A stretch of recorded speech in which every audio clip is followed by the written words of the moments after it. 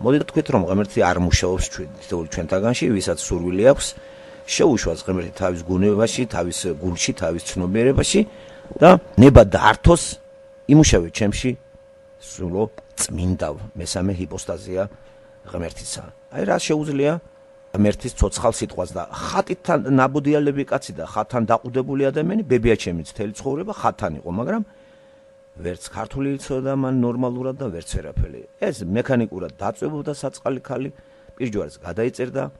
სოფელში სადღაც მიყურებული ლეჩხუმის ერთ-ერთ სოფელში ხატი ედო გამოკვეთილი ხეში და ლოცულობდა იქ. მაგრამ არაფერი ადამიანმა არ იცოდა იესო ქრისტეს შესახებ. მე ახლა ამ გადასახედიდან მაგუნდება ჩემი საყვარელი ბებია, რომელიც შვილიშვილს ყოველთვის ბებია უყვარს და ჩემი შვილიშვილური ცნობიერება შეზღუდული იყო და მე არ ვიცოდი რა რიტუალებს ჰქონდა ადგილი. მაგრამ გამოხდა ხანი ეს სურათები შემოინახა ჩემმა ცნობიერებამ, არქივში გადააბარგა, მაგრამ ხანდახან როცა ხდება ანალიზირება ცხოვრებისა, წარსული ცხოვრებისა, არქივს გავხსნი ხოლმე და ამ სურათებს ამოვიღებ და სევდიანი იმით გავცქერი. აი ეს საკითხები არავით არის მირონი, აქ ახსნილი იქნა ფიზიკური გაგება და რა იცი რომ მირონი გადამოდის და მეერე გაცემული კითხვა პასუხი ამაზე იქნა რომ უკანასკნელ დღეებში და უკანასკნელი დღეები ბიბლიის თანახმად არის დღეები ქრისტეს მოსვლიდან დღემდე და ამის მერე ვიდრე და მეორეთ მოსვლამდე აღიქმება და აღიწერება ბიბლიაში უკანასკნელ დღეებად და აღწერილია უკანასკნელ დღეებში რა მოხდება. რამდენი ცრუ მასწავლებლები, ცრუ მოძღვრები, ანტიქრისტიანები გამოვლენ ასპარეზზე და თუ გადახედათ 2000 წელი, სწორედ ეს არის ანტიქრისტიანობისა და ცრუ მასწავლებლების ერა და ეპოქა. ასე რომ ჩვენ არ უნდა გაგვე დაარსდა ეკლესიები მსოფლიოში. ჯიღზე ირტყამს ყველა, არის ეჭვებიან და ერქიანებიან ერთმანეთს კათოლიკები, მართლმადიდებლები. ძალიან მნიშვნელოვანი ერთი რამ. თელრიგ საკითხში კათოლიციზმი და მართლმადიდებლები გაერთიანებულია. რატომ? იმიტომ რომ ცოცხალ წიგნს, რომელიც ბიბლიად წოდებული არის, გამოგლიჯა იმ შავბნელ კათოლიციზმს მარტინ ლუთერმა წიგნი და მშობლიურ ენაზე ყველას დაუბრუნა. დიდად არ სიამოვნებდა სატანას, მაგრამ ღმერთის ნებას ვინ წაუვა? ეს ღმერთის ნებით ხდებოდა ეს და მას მერე ეს ორი სახელმწიფო წარმოადგენელი რელიგია, რომელიც არის კათოლიციზმი და მართლმადიდებლობა, შეიკრენ და როგორ აი უტევენ პროტესტანტულ სივრცეს. მართალია პროტესტანტულ სივრცეში არიან ძალიან ბევრი ფსევდო ქრისტიანი, მაგრამ ეს არ აღელვებს არავის. ერთადერთი წყარო წიგნია ნებისმიერ დენომინაციისთვის ბიბლიიდან არის. აი ამას რაც მარტინ ლუთერმა რეფორმატორმა დაისახეს და ეს იყო სოლა სკრიპტურა, როგორც აქ ითქვა ლათინური სიტყვა წმინდა წერილი, მხოლოდ წმინდა წერილი. მხოლოდ რწმენა, მხოლოდ მადლი. ქართულად ასე ჟღერს ის ლათინური სამივე ფორმულირება, ესე იგი წმინდა წერილი, მადლი და რწმენა. აი ეს ახლავს თუ ეს არ აქვს ადამიანს წმინდა წერილი, მადლი და რწმენა, გინდა ხატს ურახუნეთ თავი და გინდა საერთოდ ამოიფარეთ 4-ვე მხრიდან ხატი. არაფერი არ გამოგიათ, რომ ხატი ეს არის ნაჭყაპნი ადამიანისა, მატერიალური მასალა, რომელსაც არის ტრაფარეტული სიფათი, შეგნებულად ამ სლენგს ხმარობ, სახე ესე იგი, გამოხატული და კაცმარიცის რისი. და სატანა აქ პირდაპირ გახარებული არის.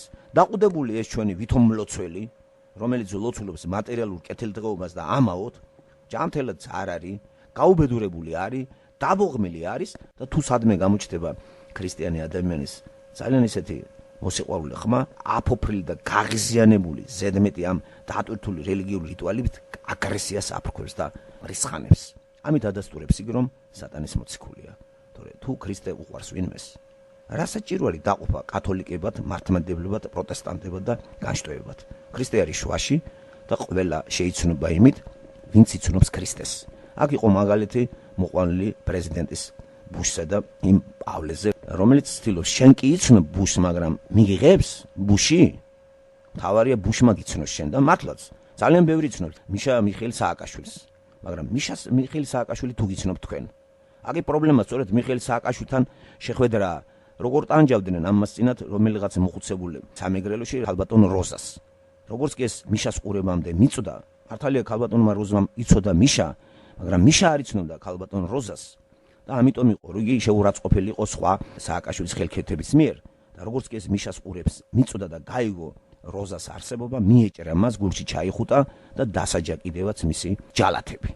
აი ესეთი ილუსტრაცია გამოვადგება ჩვენ აი ბიბლიასთან ურთიერთობაში. თავარი არ არის მეგობრებო, თქვენ შეიძლება იცნობდეთ. ღმერთმაც უნდა გიცნოთ თქვენ და ღმერთი იცნობს იმ შემთხვევაში იესო ქრისტე ადამიანს, ვინც აღიარებს იესო ქრისტეს გამომსყიდველად და როცა შენ ამას არ აღიარებ გამომსყიდველად, უფლად დაახვედრებ შენ კაი ადამიანებს, შენ გაუთავებელ წირვალოცებზე ყანყალს, ხატების ჩაკორნებას აქიდან იქიდან, საერთოდ სახში გააკეთე რემონტი ხატების, ყველა 4-ვე კედელი აჭედე ხატებით, ქრისტე გეტყვის მე შენ არ გიცნობ. შენ იცნობ მას, შენეულად, შენი ამოღვაწარით, შენი ნამოქმედარით, მაგრამ თავარია იმან გიცნოს. თუ იმან ჩვენ არ გვიცნო, ჩვენი საქმე შავად არის. აი როგორც კი როზა გალბატონი იცნო მიხეილ სააკაშვილმა, მიწუდა მას ხმას, დაინახა, დაადასტურა, მიეჭრა მას და გულში ჩაიკრა.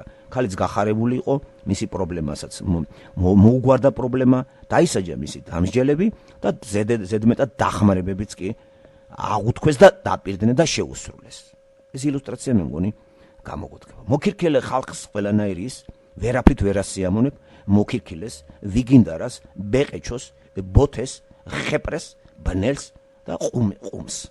აი ესეთი ეპიტეტებით მინდა შევამკო ის, რომელიც ცოცხალი იესო ქრისტეს ბიბლიაში წარმოდგენილს არ აღიარებს და საერთოდ ამ წიგს იგნორაციას უკეთებს და გამოდევნებული არის შებანჯგლულ მუხდლებს და მათ ბოდვებს და 1600 წელი საქართველოს ამ წვერულვაში აბუჩქნულ ხალხს დაყვებოდა და არაფერი საკეთილდღეო საქართველოს არ ღირსებია. ახლა იქნებოდა გამოიხეო ყველა ყურები გამოიჩიჩქნოს, ეხლა მაინც არის ქართულ ენაზე თარგმანი ბიბლია და ნუ გაქვთ თაროზე დადებული როგორც კერპი, არამედ გადაშალეთ თავიდან ბოლომდე წაიკითხეთ. ყველა კითხვაზე პასუხი იქარი, ბერობა არის თუ არა სწორი და საქართველოს არ ჭირდება ეს. საქართველოს ბიბლია როგორც ნომინალურად აქვს შემონახული, იმიტომ რომ არ შეიძლება ახლა ეს წიგნი დიდად კი არ ეხატებათ გულზე, მაგრამ უფრო მეტად დავალებული არიან სხვა ტრადიციული ქრისტიანული, ფსევდო-ქრისტიანული, მე ვიტყოდი, ძველი ქართული გადმონაშთებით, რომელი გადმონაშთაც ქვია წარმართული რელიგია და მოგეხსენებათ საქართველოს ძალიან დაკუცმაცებული პროვინციებად დაკუცმაცებული, ცნობიერებად დაკუცმაცებული ქვეყანაა და ყველა პროვინციულ ცნობიერებას ახლავს თავისი პროვინციული რელიგიური წარმოდგენები. აი ეს ყველა თავის წარმოდგენები გაერთიანდა მართლმადიდებლურ ეკლესიასთან, რომლის წარმოადგენელი დღეს არის ქართული მართლმადიდებლური ეკლესია თავის თავკაცით შიოლა ანդ ბიჭით, იმიტომ რომ ეს ბიჭია და ჯერ არ გაზრდილა როგორც ქრისტიანი კაცი და დაღუპვისაკენ მიაქანებს ერს, რომ დაღუპვისკენ მიდის თითქმის ყველა ქართველმა იცის ეს უკვე. თავად ირაკლი კიდევ ვიმეორებ, წერეთელმაც კი გულწრფელად აღიარა და სწორია ის რომ თუ ამდენი ეკლესიების შენდება საქართველოში, ამდენი რისხვა რატომ მოძდებს ეკლესიების შენებლობას და ამდენ სულიერ პიროვნებებს და საქართველოს დღეს ყველა განსულიერებული არის. პარადოქსია, ბიბლია არ გვეუბნება განსულიერებული ქვეყანა იღუპებოდეს. პირიქით, ყოველთვის ცუდად ხდება ადამიანი, მაშინ როცა ღმერთს შორდება, ღმერთს დაშორებული ადამიანი მორალურად დეგრადირდება, პოლიტიკურად უკვე ანარქია იწყება იმ ქვეყანაში, გამეფდება საშინელი ტერორი, ერთმანეთის ძარცვაგლეჯა და საერთოდ არაფერი აგრარული ფორმითაც კი არაფერი არ მოდის ამ ქვეყანაში. თუ რაიმე მოვა მოსავალი ნადგურდება. ეს წერია პირდაპირ მცირე წინასწარმეტყველში. ამიტომ არის კიდე ერთი ასეთი კითხვა დასმული. კრიტიკოსების გასაგონად, ფსევდოკრიტიკოსების გასაგონად, იცნობთ წმინდა წერილს ბიბლიას? თუ ამას თქვენ ისე დასაყოლებლად, როგორც გაძღებით სუფრაზე, გაასკადებით, ხაშლამით, ხინკლით და ბოლოს დასაყოლი დესერტ ტორცელოდებით, როცა კარგად გამოიჩვეროთ. თუ ბიბლია ტორტია თქვენი, შავად არის საქმე. ბიბლია არის ყველანაირი საკვები. ამას არ ჭირდება დესერტის ბლუდაზე მორთმევა. და მართლმადიდებლობას დესერტად აქვს და ზოგ-ზოგიერთებს, იცი უკვე დაავიწყდათ, რომ ეს დესერტიც არის. სუფრაზე, ქართულ მართლმადიდებლურ სუფრაზე უკვე დესერტი, როგორც ასეთი ბიბლიის სახით აღარ არის შემოტანილი. იმიტომ არის ეს არეულობა მათ შემოკარგება. არეულობა სამღვდელოებაში, არეულობა საერო იმაში, არეულობა პოლიტიკურ სივრცეში, თავკომბალებით გამრავლება და ეგრეთ წოდებული ევოლუციური თეორიას წინაყარი ხალხი, როგორც მათი წინაპარი მაიმუნი, მაკაკების რესპუბლიკა, რომლებიც სულ მუდამ ხან ამერიკას ბაძავენ, ხან რუსებს ბაძავენ, ჭირვეული ბავშვებით, ხან ამერიკა უნდათ, ეხლა ამერიკა აღარ უნდათ, ეხლა რუსეთი უნდათ, გვანან იმ ჭირვეული ბავშვებს ერთი სათამაშო რომ მოწყენდათ, ეხლა მეორე მოუნდებათ, მეორე რომ მოწყინდებათ, მესამე მოუნდებათ. ქართველი სწორედ ჭირვეული ბავშვის სუბიექტად წარმომიდგება. მე და დროა თხოვნასავით ვიმართოთ. იქნებ გაიზარდოთ და ჭირვეული ბავშვის კომპლექსი გადააგდოთ და გაიზდებით იმ შემთხვევაში თუ იესო ქრისტეს შეიმეცნებთ. თუ თქვენ მცოდნეები ხართ, არაფერი არ გეშველებათ, იმიტომ რომ ქართულ სივრცეში ყველამ ყველაფერი იცის პოლიტიკაზე, ყველამ ყველაფერი იცის ეკონომიკაზე, ყველამ ყველაფერი იცის იურისტობა, ყველამ ყველაფერი იცის სოფლიო დემოკრატიაზე, ასევე ყველამ ყველაფერი იცის რელიგიაზე. როცა ამდენი მცოდნე ყავს ქვეყანას, ის ქვეყანა დაიღუპება. ასე რომ გამოფხიზდეთ, სანამ დრო არის შემოკარგებ. შიოლაშვილი როგორც გითხრა, იცი ავით თითქოს აი რელიგიური შიში აქვს ხალხს და მისტიური შიში და მართლა ახლა როცა ათეისტი ხარ და როცა სატანისტი ხარ, ეგ მოქმედებს და როცა ქრისტიანი ხარ არ გეშინია. ქრისტიანს არ ეშინია, რატო? მე რატო არ მეშინია მაგალითად ხატზე გადაცემის? იმიტომ რომ ვიცი რომ ეგენი ქრისტიანები არ არიან. ისე მეც რომ წარმართი ვიყო შემეშინდებოდა რა. არა თუ მე ესე რომ რამე მეთქვა, არამედ აი თქვენც რომ რამე მეგეთქვათ მაგაზე მეც გავგიჟდებოდი აი შიში და მეც არ გადმომი, იმიტომ რომ სავაკუპნოსცი არის მარქსიზმის ის გადასულია რელიგიაში და ძალიან კოლექტიური რელიგია არის მართლმადიდებლობაც. აი ძალიან კოლექტიური არის რა, ერთიანობა და აი ესა ერთობლიობა და მანდ ინდივიდი არ არის. ეგ მართლმადიდებლური ეკლესია ინდივიდობას შლის როგორც ასეს და აი ხონჩოლი, ბერობა, მონაზნობა, ერთად ლოცვები, ერთად შეიყრებიან. მანდ არ არის, აი სულ რაღაცა ჩუხჩუხი არის რა. სულ ყურადღების ცენტრში უნდა იყოს ყველა, მღვდელმა უნდა ააკონტროლოს ყველა. მანდ არ არის, აი შენთვის იყო და ღმერთს განმარტოვდე რა. და უნებრივია მეც ახლა როცა რელიგიური იმით ახარ გამსჭვალული და ადამიანი კი რელიგიურია, შიში აქვს, არის რა მეგობრებო, რელიგიური შიში არის, ახლა დაფიქსირებულია ყველგან ეს სასაცილო კი არ არის, რომ აი ხატზე გადაგცემ და გეშინია და აქწყებული. აი შეგაჩვენებ იტყვის მამაო, ძალიან ბევრ ქართულ ფილმებში არის ესე და ეს არ არის მარტო ცინიზმი, ეს მართლა ესე იყო და როცა რელიგიურია პიროვნება და რელიგიური იმ შემთხვევაშია, როცა უკვე სატანა განაგებს რელიგიურობას, სატანას ძალა აქვს ხომ და არ გეგონოთ რომ სასწაულებს ეგ არ ახდენდეს.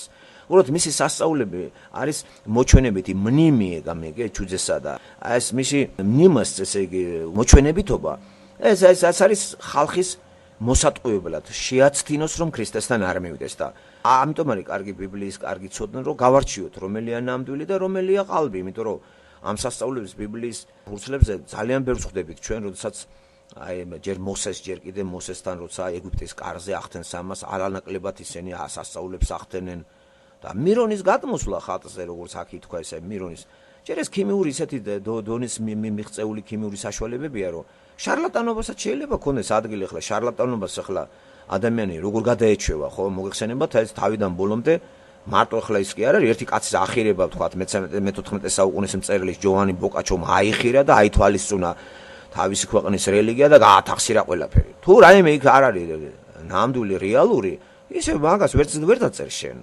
ხო და მოლოდ ისე შეიპარა ეს ამაძაღლობა, მაიმუნობა და აგდებულობა, რომ ხალხს ათაყვანებდნენ. და უკვე ეგრეთ წოდებული უკვე არ ერიდებოდნენ სატანა თუ არ აკეთებდა სასწაულებს, თვითონ ადამიანი უკვე მაიმუნობდა და ამის ნიმუში ქართულ ლიტერატურაში წხვდება ჩვენ და არა მარტო ქართულ ლიტერატურაში, ქართულ კინემატოგრაფიაში, როდესაც უკვე ჩვენ გავიხსენებთ ქართული თუ არ ვცდები დავით რონდელის მიერ გადაღებული ფილმებს და აი გახსოვთ ალბათ აზნაურების აი კრებითი აი შემოდგომის აზნაურების სახელით წოდილი ალბათ გისწავლიათ კიდევაც კლდიაშვილიდან ამოღებული აი ფილმი დაკარგული 64. აი მე აქცეთ სათაური დაკარგული 64 და იქ როგორ იტყვება მოძღვარი იქნებეს და წმინდანი შეკრული არის მთავრობასთან. ეს ახლა არ არის ფანტაზია. აი არაფერი აი რეალობიდან თუ 1 გრამი არ არის, აი ადამიანს არ ძალოს ყველაფერი 100%-ით ფანტაზია იყოს, რომ ფანტაზიაც ექვემდებარება სამყაროდან აღებულ მასალების თავისებურად გაფორმებას. ფანტაზია მაგას ნიშნავს და ფანტაზიაში მონაწილეობენ სწორედ ფანტასტიკურ ნაწარმოებში ადამიანები მონაწილეობენ და ადამიანები რეალურად არსებობენ. და ყველაფერი არსებობს ის რაც ზღაპრებში ჩვენ წარმოგვიდგება, ყველაფერი აღებული არის ხილული სამყაროდან უბრალოდ არასწორი შეერთებებით არის მიღებული. როცა ურჩხული ჩვენ გვიხატავს რომელიმე მეზღაპრე ის ურჩხული არის აღებული მიწიერი იმიდან, ხო? როცა არის ხუთთავიანი თავი იმისა აქვს, თავი კუდი ამისა აქვს, ეს ცალ-ცალკე აღებული ყველა არსებობს სამყაროში. და არასწორი შეერთებებით და არასწორი სინთეზირება არის ფანტაზიის ნაყოფი და ფანტაზია. და როდესაც ახლა ჩვენ რელიგიური იმასი მივადგებით, მანდაც ახლა ეს გაქანდება ესა და ასეთი რამე შემოდის, ესე იგი იგივე თქვათ სასწაულები შეიძლება რაღაც პერიოდის სატანა არ ახდენს სასწაულებს ამას თავისი დრო აქვს და ამ ეტაპზე ახლა პირდაპირ გაგებით სასწაულებს მართლა სატანა არ ახდენს, თორე აქ უკვე ადამიანები ერთვებიან და ქიმია ისეთ დონეზე გავიდა, რომ მირონს კი არა ყველაფერს წვენს გამოადენ ახლა. ამაზე ორი აზრი არ არის. ასე რომ ვინ ნახა ეგა, ვინ იყო მოწმე, ჩამოიღე ის ხატი, ნახე რა უსვია. 1000 რაღაცეებია შემოკარგებოდა. როგორ შეიძლება იცი მირონს ხატი, რატომ უნდა ძდიოდეს მირონს ხატი, მე არ მესმის ჯერ ერთი მირონი რა არის? ან ხატი რატომ არის? მე რა? კარგი. მირონს ხატის დის. ახლა ასეთი კითხვა მაქვს მართლმადიდებლად. ხო და შედალოცვილო, თუ ეს შენ გჯერა და გწამს რომ ეს ნიშანი ღმერთიდან არის, რატო არ იცვლები? რატო ხარ ისეთი საქონელი როგორც იყავი? რა აზრი აქვს? ბოთე იყავი, ბოთე ხარ და მირონი დაუშვათ ზდის ხატს დი, მაგრამ იმიტომ ზდის რომ შენ ისეთი პირუტყვი და საქონელი იყო? ეს თუ ნიშანია იმისა რომ ტრანსცენდენტალური თან ურთიერთობა გაქვს შენ ემპირიკოს ადამიანს და კავშირში შემოდის ღმერთთან ხატის მეშვეობით, რაც ბიბლიიდან არ არის გამართლებული. მე უბრალოდ დაუშვებას ვაკეთებ, მაშინ მაქვს ერთი კითხვა. შენში რატომ ძრვა არ ხდება და რა ბეყეც იყავ ის ბეყე ხარ? რა ამერე სასწაული? თავისთავად სასწაულს რა აზრი აქვს? ხო უნდა შეიცვალოს შენ. შენი აზროვნება, შენი გული, შენი სულ და ნაყოფებშიც უნდა ჩანდეს. ხარ კი კაი ადამიანი, თუ ქალი ხარ, კაი დედა ხარ, კაი მეუღლე ხარ, კარგად აზროვნებ, მშვიდი ხარ, წყნარი ხარ, სულგრძელი ხარ, მომთმენი ხარ. ხარ ყველაფერი ეს? თუ ისეთი პირუტყვი ხარ, მირონი როზდის, მაგას რა აზრი აქვს? ამიტომ როცა ღმერთი ახდენს სასწაულებს, მე არ მინახია ბიბლიაში ღმერთთან დაახლოებული კაცის სასწაულები ეხილოს და ის კაცი დარჩეს ისეთი პირუტყვი და საქონელი. მე არ შემხვედრია. ვისაც კი ღმერთი შეხვდა თავის სასწაულებით, ის ადამიანი გამოიცვალა. ყველაზე კაი მაგალითი პავლე არის. პავლემდე რამდენიც გინდა ბიბლიაში არის. დამისახილეთ, ვინც შეხვდა ღმერთი და სასწაული ქმედება ჩაიდენა და ის ადამიანი დარჩა ისეთი ბეყე. თუ სატანიდან არის სასწაულები, თუ კი არა იქნება პერიოდი არის, რა ბეყეც ხარ, ის არის სატანის ამოცანა არ არის შენი გამოცვლა მაღალ ხარისხში. სატანის ამოცანა არის დაქტოვოს რელიგიაში, შეგაშინოს და დათრგუნვილი იყო მუდამ. ცნობილი ამბავია. ამიტომ ძალიან კარგი გამოსაცნობია ყოველთვის ვიცოდეთ ეს ჩვენ. სასწაულები ღმერთიდან თუ არის, როცა იქნება, ჯერ კიდე არ არის, რა თქმა უნდა, ეს ყოველთვის იმისთვის ხდება, რომ შენში მოხდეს ძრა უკეთესობისკენ.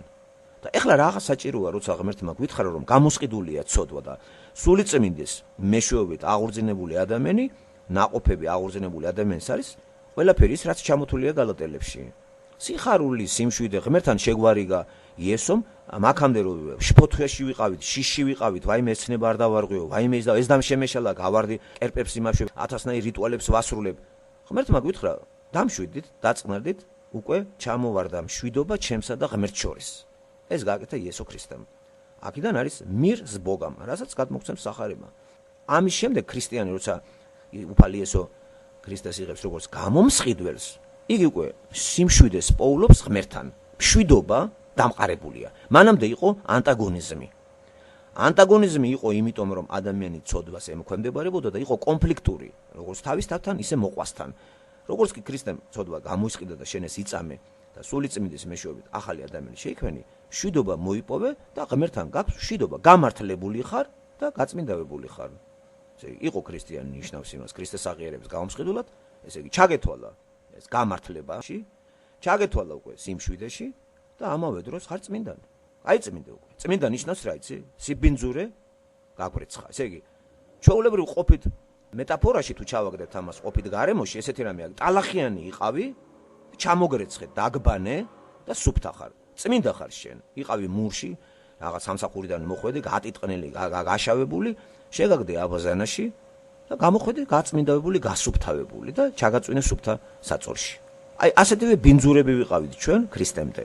ქრისტე მოვიდა და გაგვწმინდა. და ქრისტიანი ყველა წმინდა არის, ვინც იესო ქრისტეს აღიარებს როგორც საშხაპეს, როგორც საპონს, როგორც რაღაც წყალს, როგორც რა ვიცი, გამწმენთ საშუალებას, ასეთი მეტაფორებით. გაგვრეცხა, გაგვასუფთავა და ჩაგვითვალა უკვე სიწმინდეთ. აქედან ჩვენ ეს გახარებული ვართ, აღარ გვაშინებს ღმერთთან წარდგომა, ჩვენი ლოცვებით, ჩვენი ტანჯვებით, ჩვენი ყოველდღიური რაღაც საფიქრებით, საზრუნავით, განმარტოდებით, ჩვენ გულს გადაუხსნით და ლოცულობთ. ლოცვა კი როგორ უნდა იცოცხლოს ადამიანმა, ამის ნიმუში არის მათე მახარებელი, გადმოგწეს და არა მარტო მათე, ხვდებით ამას ლუკასთანაც, თუ როგორ უნდა ილოცოს ადამიანმა. გვასწავლე უფალო ლოცვა ეუბნებიან მოციქულები იესოს. და იწყებს იესო. მამაო ჩვენო, რომელი ხარ ხა იესო ქრისტეს რაში ჭირდებოდა ლოცვა, ხომ? ამ კუთხით და მით უმეტეს თუ გავყვებით ამას, აგრძელებს ესეთ რამეს, რომ მოვიდეს ნება შენი, რომ ვითარცა ცათაშინა ასევე დედამიწაზე და ნახე რა სიძახის მოგვიტევე ჩვენ თანანადებნი ჩვენი ქრისტეს მიტევება უნდა და რა იმისი ვალი ერმარქვა. ესე იგი ეს არის ნიმუში, როგორ უნდა ილოცოს ადამიანმა და არა ის მაშინალურად ერთი და იგივე გაიმეოროს და ქართულ სივრცეში რომ ამას მამაო ჩვენო რომელი ხარ ცათაშინა მინდა იყოს სახელი შენი მოვიდეს უფევა შენი ვიტაცა და აი პური ჩვენი არშობისა მოგვეწვე აკვენა ამინ. Pentana ღმერთი დაამატებენ. ეს არის აბიზიანსტვა. ქრისტე მოგცა ნიმუში, როგორ უნდა იყოს ურთიერთობა გამართლებული ადამიანის ღმერთთან და შენი სიტყვებით უნდა ილოცო. შენი გაჭირვება უნდა მიიტანო, შენი სიხარული, განადიდო მას. და ეს ნელ-ნელა იწყებ ამას, ხო და თავად მაცხოვარი ლოცულობდაო, ვიღაცა ბოთე მეტყვის და აგეთვალ. იცი რა, აბა კარგად წაიკითხე რა წერია მან და. იესო ქრისტეს რა ისა დამნაშავე იყო? დამნაშავე იყო და ვალების პატიებას თხოვდა ღმერთი? მან ხო წერია, რომ როგორც შენ გვაპატიე, მეც მაპატიე და ასე შემდეგ. იესო იყო წმინდანი, სუფთა, ღმერთი და ეს არის როგორც გეუნები პარადიგმა, ობრაზეცი არის დატოვებული ნიმუში, როგორ უნდა ვილოცოთ ჩვენ. და ეს არის ძირითადი დებული. ამაზე დაშენებული ეს არის სამაგალითო და გვიხსნის გზას.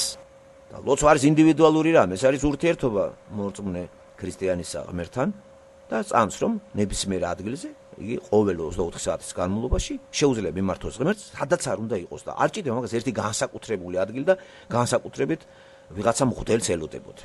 ეს არასწორად არის გაგებული. და თუ ჩვენ ამას არ მივაქცევთ ყურადღებას, მაშინ ჩვენი ცოდნა არის როგორი, იცით, აი რაღაცა შემოტანილი სხვის მიერ და ეხლა აქ კიდე ბერობაზე ითქვა ბევრი რამე და კიდე ითქვა იმაზე, რომ სხვათა შორის მე არ ვიცი თქვენი განათლება ამ სფეროში, მაგრამ მე ბევრი ისა მაქვს გადათვალიერებული თუ როგორი შარლატანობას ჰქონდა ადგილი მე-4 საუკუნიდან მოყოლებული და როგორ ვაჭრობდნენ ისინი აი წმინდა ადამიანების ტანსაცმელით, ზოგს საერთოდ ტყუილებს იძახდა, მოიტანდა ვიღაცის ტანსაცმელს, იტყოდა პეტრესია, ეს წმინდა პავლესია და დაატარებდნენ ამ ძვლებს, ხვის ძვლებს. ადამიანი რომ მოატყუო, შეიყვანო ტყუილში, ესეთი რამები უნდა თქვა, ისე არ დაიჯერებს ადამიანი, ხომ? ამით სარგებლობდნენ სამღვდელოება და კარგად გაისქელეს ჯიბე და ბოლოს ისე გამოშტერდნენ. ხო, აბა რა იყო ინტელიგენცია რა არის? ეს არის ერთგვარი რა, იცი, მიდი ფული გამოისყიდე შენი ცოდნა. ფული გადაიხადე და 60-ში გაგიშვებ.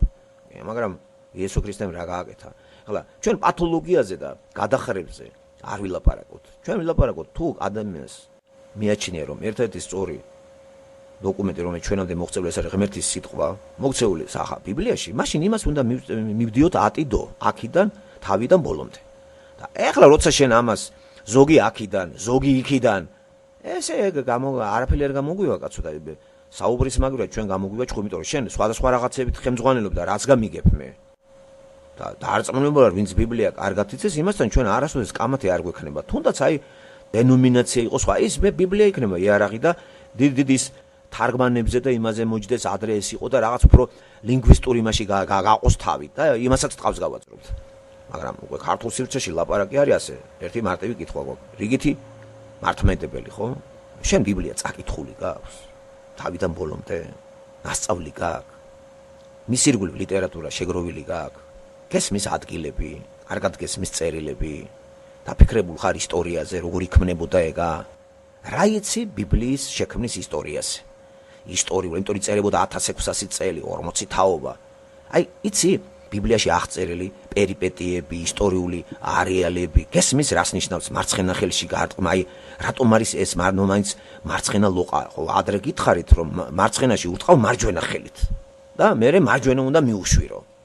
აი, გესმის ეგა?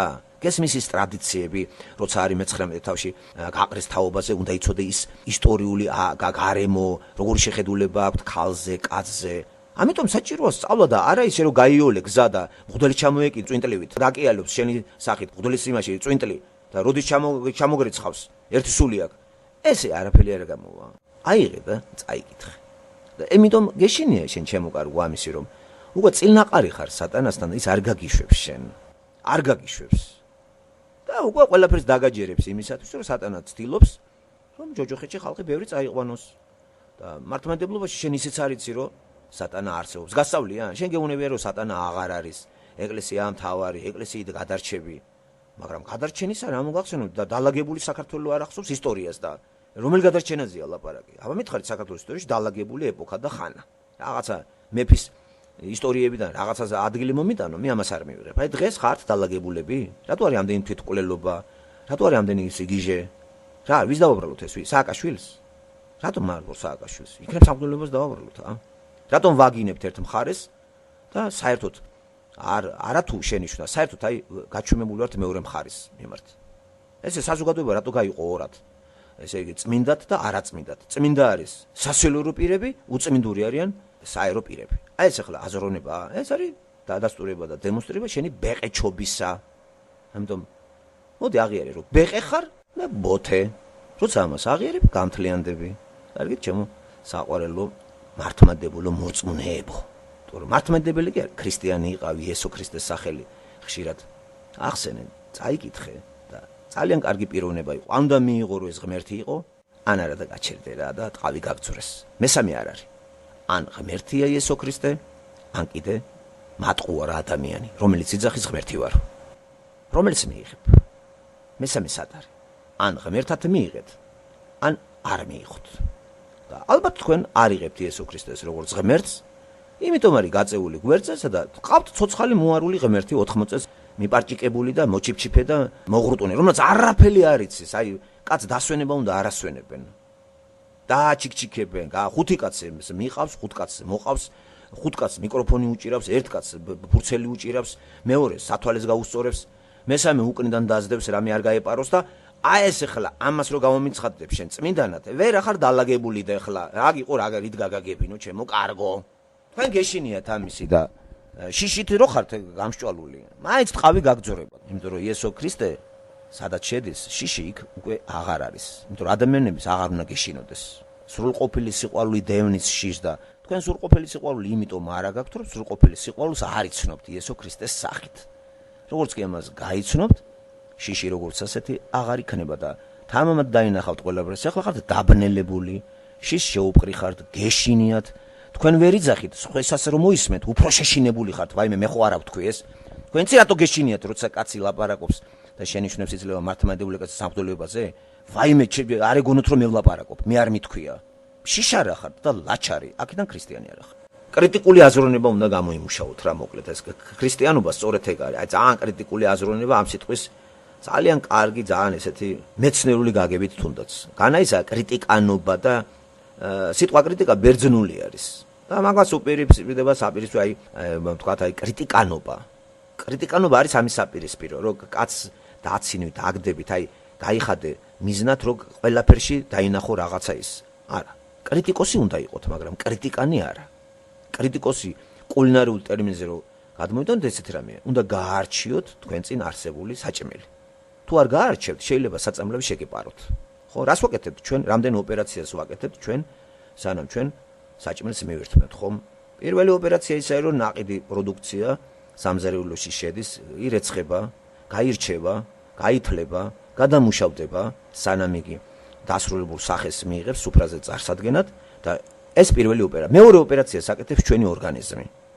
ესე იგი, ის შხამები ძირითადად მოვაშორეთ, გავრეცხეთ, ზედმეტი რაღაცეები გავასუფთავეთ, ჩავატარეთ ისეთი პროცედურები მაქსიმალურად, რომ ბაქტერიები საერთოდ მოკვდეს, ამას ემსახურება წყალი, ადუღება, ასე შეეწვა, ათასნაირი საქმე და აი ესე გადამუშავებული ჩვენ რაც შეგვეძლო ის შხამები ჩამოვაშორეთ და შეუშვით ჩვენ ორგანიზმში, რომელიც საშიშროებას არ წარმოადგენს ჩვენი ორგანიზმისათვის. ახლა რას აკეთებს ორგანიზმი? ორგანიზმიც იგივეს აკეთებს, რაც გააკეთა ჩვენში სამზარეულოში მზარეულმა. ახლა ორგანიზმის ჩვენი ორგანოების სხვადასხვა რომლის ფუნქცია არის აი ამ საჭმლის მიღებული საჭმლის, რაც ჩვენ ვერ გავაკეთეთ, ღმერთმა ისეთ მოგვიწყო ორგანიზმი, იწყებს კუჭიდან გადადის მერე, იწყება ნაღლის ბუშტის მუშაობა, ღვიძლის, სულ ყველაფერი ამას გამოყოფენ, რაც საწამლავია, ყველაფერი ბინძურია, ყველაფერი შხამებია, გადაეცემ ეს შხამები იმ გამავალ მილში, რომელსაც ნაწლავი ქვია და ესე ნაწლავი ნელ-ნელა თანდათანობით გამოდის და ის გადამუშავებული ტოქსიკური შხამები, საჭმელის ნარჩენები გამოდის გარეთ და რაც სასარგებლოა ის ორგანიზმში დარჩება. ნახეთ, მეორე ფაზა ესეთი არის. ასეთივე მდგომარეობა არის, მეგობრებო, როცა ჩვენ მიუდგებით ამას სიტყვა კრიტიკას. თუ კრიტიკოსები ჩვენ არ ვიქნებით და ვიქნებით კრიტიკანები, ჩვენ წინ ვერ წავალთ. სანამ რაიმეს მოგვაწვდიან ჩვენ, ხო ხედავთ ჩვენ ზერელეთ არაფერს არ მივირთმევთ. უცნობ საჭმელს არავინ არ ჭამს. სანამ არ გაიცნობს, სანამ არ გაიგებს რა შემცველობა არის მისი, როგორია მისი ჩვენებები. ასევე ჩემო კარგებო, აი მართლმადიდებლობას რო ეტაკეთ, ან კრიტიკა არა გაქვთ, ესე თავი როგორ გაგიხმათ, ამდენი ხანი დააწანწალობ, შედეგები არა გააქვს. ვერ ახედავ რომ დღითი-დღე აგრესიული ხდები, უფრო იბოღმები, არ ხარ თავგზა აბნეული, მოუწესრიგებელი, გაჩეჩილი, მოჩეჩილი, დაბოღმილი, რაღაცა ლექსიკონიც გაუმართავი, ინტელექტი დახშული. მოღუშული, დაბოღმილი, მოწყენილი, გაუბედურებული, ტრაგიკული. რა არის ნაყოფის? ესე იგი, ეს რელიგიური საკვები არის შხამები. და არ გამოდის გარეთ რჩება. და ჩვენი ორგანიზმი კიდე ისეა მოწყობილი, ეს მატერიალური საჭმელი, ახლა გაწმინდა ის, რაც ჩვენ გაგვეპარა. გაგვეპარა იმიტომ კი არა, რომ ჩვენ არ ვიცოდით. ჩვენ ძალებს აღემატებოდა იმ შხამების გამოღება. თორემ მას ქონდა ამავე დროს ვიტამინური სასარგებლო თვისებებიც და ეს ორგანიზმა გააკეთა. ორგანიზმა დაიწყო უკვე, რაც სასარგებლოა დაიტოვა, რაც უსარგებლოა გარეთ გამოვიდა. ასევეა ჩემოკარგებო, თუ კრიტიკოსი არ ახართ თქვენ, ყველაფერს იღებთ ისე, მოიწამლებით. გააკრიტიკეთ, გარჩიეთ ესე იგი. სიტყვა კრიტიკა გარჩევას ნიშნავს. რომ გარჩიო გონება უნდა ქონდეს. გარჩიე რას იღებ. მით უმეტეს სულიერებას ეხება შენი სულის გადარჩენას, თუ სული გაგიცოცხლდა. თუ გაცოცხლებული სულით ხარ, მით უმეტეს ისევ მოკვდები. იმიტომ რომ სულის აცოცხლებს მხოლოდ იესო ქრისტე და ხათანდგომით სული არ გაგიცვა, ისე მკვდარი ადამიანი ხარ და მკვდარი ადამიანი ხორციელია და აქედან გასაგებია, რატომ ხარ ცუდად, რატომ ხარ დაღურემილი, რატომ ხარ ბოღმიანი, გესლიანი, აგრესიული და საბოლოო ჯამში დაღუპული. ათელია ხომ? აი ძალიან. რა ვიცი, სხვა მეტია რა არგუმენტები მოვიყვანო, ვისაც ყური აქვს მოისმენს და ვინც ბოთეა, იმას ვერაფერს ვერ გააგებინებ, იმიტომ ქვია ბოთე და ყურუ და ბლუ, არ ესმის არაფერი და ეს არახალია ძველია, იესო ქრისტეც ძალიან ბევრი ყრუთა ქვეყანაში დადიოდა და ბრმათა ქვეყანაში სასწაულებს ახდენდა. ესე იგი, იყვნენ ბრმები, ვერ ხედავდნენ რაც ხდებოდა იქ. რა ახლა ეგ რო არ იყოს გულზე გავიხევოდი და რა გასაკვირი ახლა ბოთე საქართველოში ბოთე მართლმადიდებელს რა უნდა გავაგებინო. სამჭკუაშვილიც რო ვიყო, ვერაფერს ვერ გაიგებს ხომ?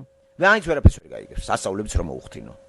ეს მაშია პრობლემა, იმიტომ რომ მკვდარია იგი და უნდა ბოლომდე გალიოს წუთისოფელი ვითარცა მკვდარმა ადამიანმა და მკვდარი ადამიანის აღდგომას მე მისამართი და რაღაცა მარშრუტი არის ჯოჯოხეთისკენ, გზა ჯოჯოხეთისკენ. წადეთ ბატონო ჯოჯოხეთში თუ გნებავთ და წინ მიგიძღვით შიოლანდ ბიჭი. ჩვენ კი ჩვენ იმას მივხედოთ და ჩვენი რწმენა გავამაგროთ. და საერთოდ ქრისტიანობა სწორედ ეს არის ქრისტეში ძმების ურთიერთობას და როცა უსმენ ქრისტიან ადამიანს და ლაპარაკობს არა თავის თავზე, არა თავის მიღწევებზე, არა თავის სამშობლოზე, არა თავის წარსულზე, არამედ იესო ქრისტეს დამსახურებაზე, ჩათვალეთ, რომ ეგ დიდი სიამოვნებას განიჭერებს და იზრდებით, ვითარცა სულიერი ქრისტიანი ადამიანი. სჭირდება ქრისტიან ადამიანს, ქრისტიანი ძმის გამხნევება და პირველი საკვების ყოველთვის მითითება იმ ძალიან ძლიერ სასიცოცხლო წყალზე და პურზე, რომელსაც იესო ქრისტე ქვია. კარზე, სადაც აუპირველი, აი სწორი შესასვლელი არის. მხოლოდ იესო არის კარი, მხოლოდ იესო არის პური, მხოლოდ იესო არის წყალი, მხოლოდ იესოა ღუზა. აი ეს არის ჩვენი პირველადი დანიშნულებისები. პული აუცილებელია, წყალი აუცილებელია, ხომ იცი და გზა აუცილებელია, კარი აუცილებელია. კარიც კარგი სიმბოლოა. კარი არ არსებობს, კარი სახს არ ქონდეს. ეს სიმყუდროების განცდაზე სიძლევა, რაღაც რომ დაიკიდებ მყუდროთა ხარ, ეს ძალიან კარგი სიმბოლოა და ქრისტე ბრძენია ღმერთია და იძახის მე ვარ კარი, მე ვარ პური, მე ვარ წყალი. ამავე დროს ბიციერი ადამიანისთვის მრისხანე מחვილათაც გვევლინება ეგა და ვაიმათ. ხომ? ვინც დიდი ხნით უარყოფს იესო ქრისტეს და აღიარებს პატრიოტულ, ეროვნულ, რელიგიურ შენაერთებს და იქ რაღაცა არც ცხენია ესე ფსევდო ნომინალურ ქრისტიანობას აღიარებს და ისეც მორცხვათ ხანდახან აქ-იქ მე ქრისტიანი ვარ. თუმცა ამას არავინ არ იხსნის, მე მართლმადიდებელი. ქართველი ვარ, მართლმადიდებელი ქართველი ვარ. და ყველანაირად წმინდანები არიან მღვდლები და უწმინდური არის მთავრობა. ყველა მღვდელი, ერი ბერი, აი მღვდელი წმინდა არის. და ეს მთავრობა რა გახთა კაცოა? ეს უწმინდურები არიან, ხო? აი ეს არის პრიმიტიული აზროვნება და მე ვიტყოდი ინფანტილური. ინფანტილური თუ არ გესმით, გეტყვით რას ნიშნავს საიდან ესპანური სიტყვა არის, ხო, ინფანტილიზმი და ინფანტა თავდაპირველად ამას ქონდა ძალიან უფლისწული და მეფის შვილს ქვია. ესე იგი ახალ პატარას და ბავშვს. ინფანტილი ნიშნავს ინფანტილური აზროვნება, რომელიც გულისხმობს იმას, რომ ადამიანის ფიზიკური, ფსიქიკური მონაცემები შეჩერდა, ფიზიკური გაიზარდა და დარჩა იგი ბავშვი აზროვნებაში და ბავშვი მოგეხსენებათ ყველაფერს გარედან უყურებს, აი ბავშვი არის ჭირვეული, ბავშვი არის იბუტება ყველაფერზე, ბავშვი არის ემქვემდებარება ემოციებს, დადებითს, უარყოფითს და ძალიან ისეთი ის არის, აი ბავშვის ფსიქოლოგიას თუ ჩაიხედავთ. ინფანტილური საზოგადოებაც ეგ არის და ვაი იმ საზოგადოებას, რომელიც ინფანტილურ საზოგადოებად გადაიქცევა და ვაი იმას სახელმწიფოს, ვისაც ინფანტილი ყავს პრეზიდენტად სათავეში და განსაკუთრებით რელიგიაში ინფანტილური მიღწნილი პატრიარქი. ვაი იმ საქართველოს.